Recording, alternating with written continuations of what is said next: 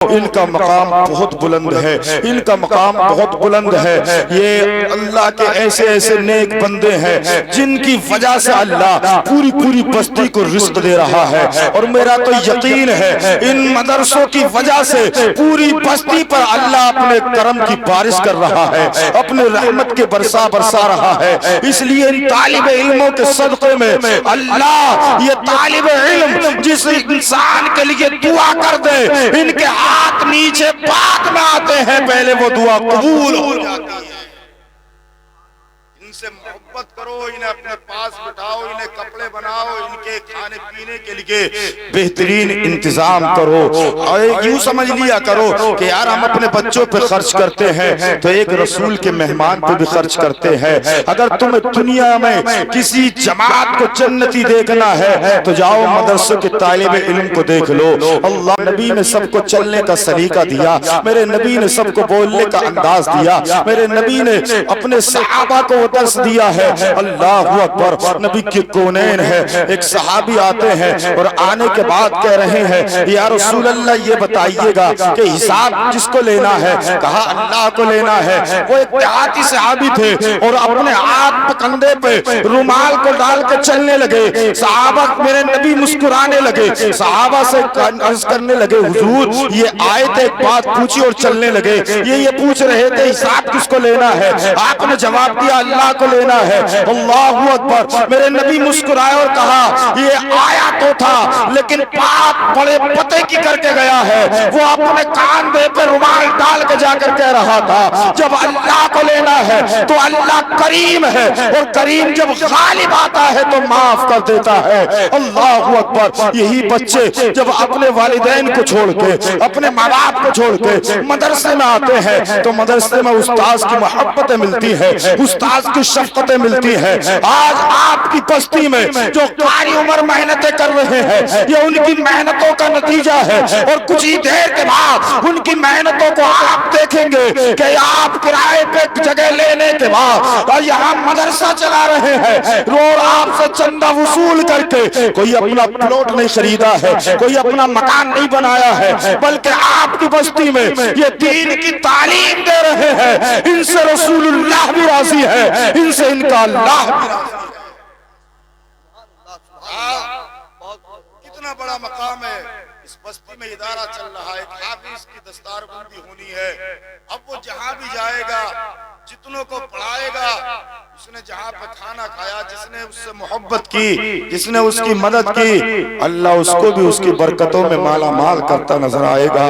رات تو ان طالب علموں سے محبت کرو اور ان کو اپنے پاس بٹھاؤ، ان کے سروں پر اپنے دست شفقت رکھو، اس لیے کہ اگر تم نے کسی طالب علم کو خوش کر دیا تو قسم خدا کی رسول اللہ راضی ہو جائیں گے، اللہ راضی ہو جائے گا، اور جس سے رسول اللہ راضی ہے اس سے اس کا رب راضی ہے، اس کا دنیا میں آنا بھی کامیاب، دنیا سے جانا بھی کامیاب۔ ضرور آ کے ان مدرسوں کو دیکھا کرو، کس بچے کے پاس کپڑے ہیں، کس کے پاس نہیں ہے، کس کے پاس لباس ہے، کس کے پاس نہیں ہے، ضرور مدد کر دیا کرو۔ اللہ اکبر، نبی کے کونین کی شان کتنی بلند و والا ہے، میرے آقا کی شان کتنی بلند ہے۔ اللہ اکبر، سرکار کا جو چہرہ دیکھتا تھا تو دیکھتا ہی رہتا تھا۔ آج بھی اگر کوئی قاری اچھے لہجے میں اپنی آواز میں قرآن پاک کی تلاوت کر دے، دل ایسا کہتا ہے کہ یار یہ پڑھتا ہی چلا جائے، ہم سنتے ہی چلے جائیں۔ اور جب رسول پاک پڑھا کرتے ہوں گے تو کیا عالم ہوگا، جن پہ قرآن نازل ہوا وہ قرآن کی تلاوت کرتے ہوں گے تو عالم کیا ہوگا۔ آؤ میں آپ کو ایک داستہ سناؤں۔ ایک انسان ملک یمن کا ہے، مکے کے اندر آیا، آنے کے بعد کچھ سامان بیچنے کے لیے اور اپنے سامان کو بیچا، اور بیچنے کے بعد ابو جہل نے اس کا سامان خرید لیا۔ ابو جہل نے جب سامان کو خریدا کہا پیسے دے دے، کہا کل لے جانا، پھر وہ گئے کل نہیں دیے، کہا پرسوں آ جانا۔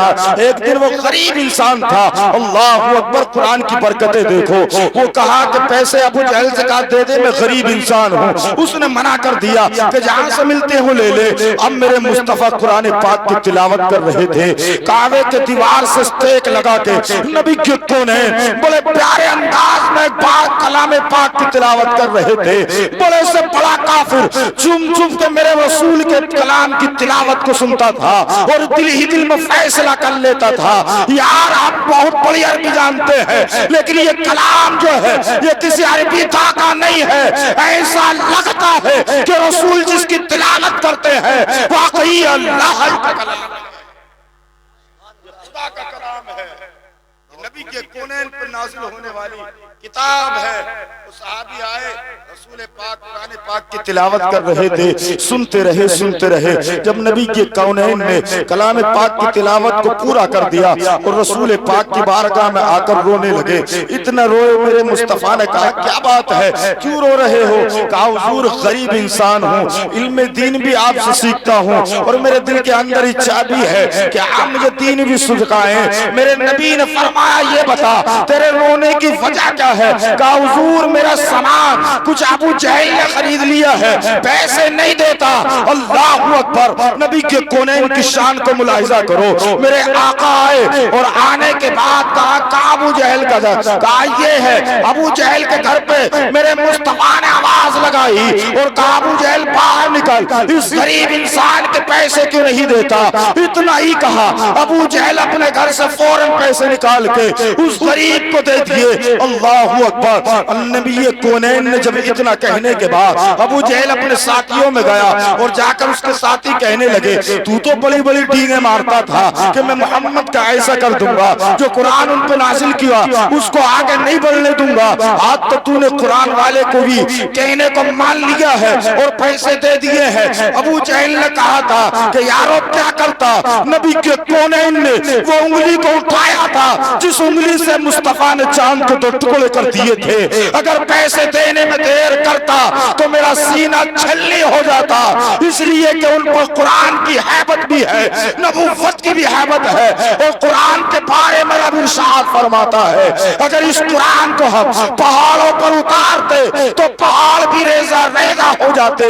یہ مصطفیٰ کا صدقہ ہے کہ ان کی امت کے چھوٹے چھوٹے بچوں نے اپنے سینے میں محفوظ کر دیا.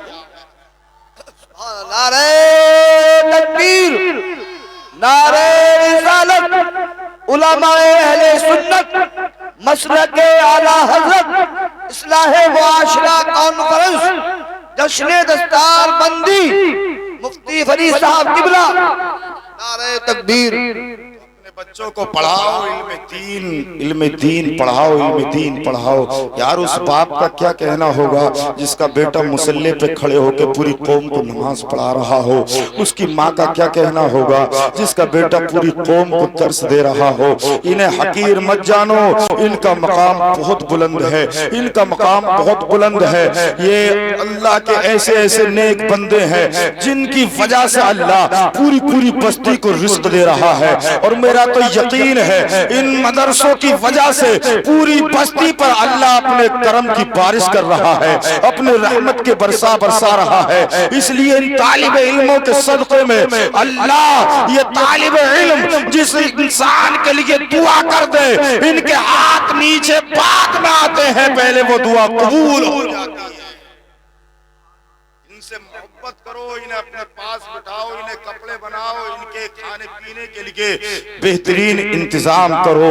اور یوں سمجھ لیا کرو کہ یار ہم اپنے بچوں پہ خرچ کرتے ہیں تو ایک رسول کے مہمان پہ بھی خرچ کرتے ہیں. اگر تمہیں دنیا میں کسی جماعت کو جنتی دیکھنا ہے تو جاؤ مدرسے کے طالب علم کو دیکھ لو. اللہ اکبر. نبی کے کونین نے یہی جو ہے اپنے صحابہ سے فرمایا کہ سب سے بہتر انسان کون ہے؟ صحابہ نے عرض کیا یا رسول اللہ سب سے بہتر کون ہے؟ جو زیادہ کما رہا وہ بہتر ہے, جو زیادہ لوگوں کو دھوکہ دے رہا وہ بہتر ہے, جو زیادہ چلاک ہے وہ زیادہ بہتر ہے, جو زیادہ اپنے دماغ کا یوز کر لے وہ زیادہ بہتر ہے. نہیں, سرکار فرماتے ہیں جو قرآن سیکھے اور دوسروں کو سکھائے وہ بہتر ہے. قرآن کا سیکھنا بھی عبادت, قرآن کا سکھانا بھی عبادت, اور اپنے بچوں کے سینے میں اس کو پیوست کرا دینا یہ بھی عبادت. اگر گناہگار صحیح وہ بچہ تمہارے مرنے کے بعد قبرستان چلا جائے اور قبر پر کھڑا ہو جائے اور کچھ بھی نہ پڑے, اس کے قدموں کی برکت کا عالم یہ ہے کہ اللہ اس کے والدین کے لیے جنت کے 8 دروازے کھول دیتا ہے. جو بچہ عالم دین اپنے والدین کی قبر پہ کھڑا ہو جائے، حافظ جا کے کھڑا ہو جائے تو اس کے قدموں کی برکت کا عالم یہ ہے کہ اللہ اس کے والدین کی مغفرت کر دیتا ہے، اللہ اس کے ماں باپ کی قبر کو جنت کے باغوں میں سے باغ بنا دیتا ہے۔